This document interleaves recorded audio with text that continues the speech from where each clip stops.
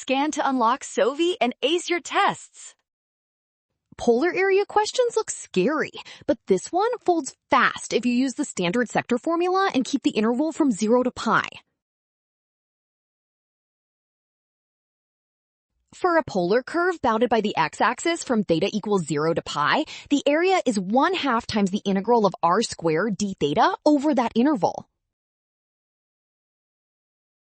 So plug in r equals 0.45 theta plus 0.2 cosine of 0.5 theta, square that whole expression, then integrate from 0 to pi and multiply the result by 1/2.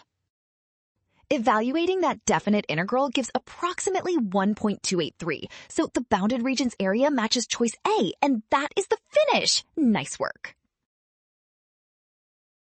Well done! Option A. Scan now, watch signs, avoid rush. Trust given information and check steps carefully.